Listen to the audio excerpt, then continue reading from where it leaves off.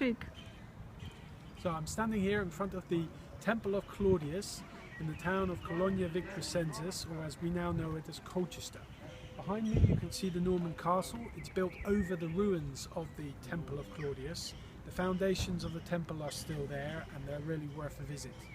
Now, in 60 AD, the tribe just to the north of here, the Iceni, rose up in rebellion, and they were led by their queen Boudicca.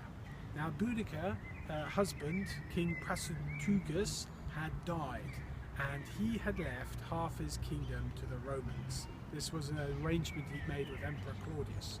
But the Romans were fairly greedy, and they decided they wanted it all. Queen Boudicca was beaten in front of her people, a very big, bad public humiliation. Her daughters were raped, and all of this was a spark for rebellion. The Iceni rose up. The people around here were called the Trinovantes. They rose up as well, and there was a massive rebellion. And the first target for this rebellion was Camalodunum, or Colonia Victricensis, where we are now. The Britons came here. It was undefended, there was no wall.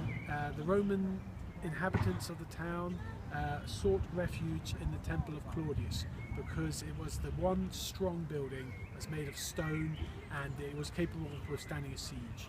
The siege lasted 2 days. The Britons broke in through the roof and they killed everyone.